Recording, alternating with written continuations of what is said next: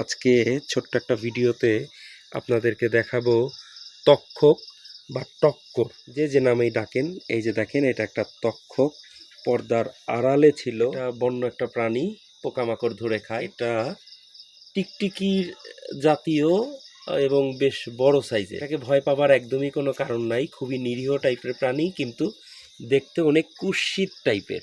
এটা পাহাড়ি অঞ্চলগুলোতে প্রায় সব জায়গাতেই আছে। খুব লুকিয়ে থাকতে ভালোবাসে। ও নিজেই ভয় পাচ্ছে। অনেকে মনে করেন যে এগুলো বিক্রি করতে পারলে কোটি কোটি টাকা পাওয়া যায়। আসলে তা কিছুই না, এগুলো সবই গুজব।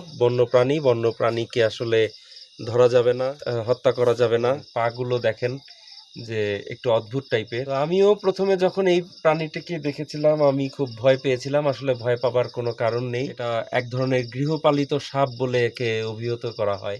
রাতের বেলা বের হয়, এই যে ও লুকিয়ে গেল।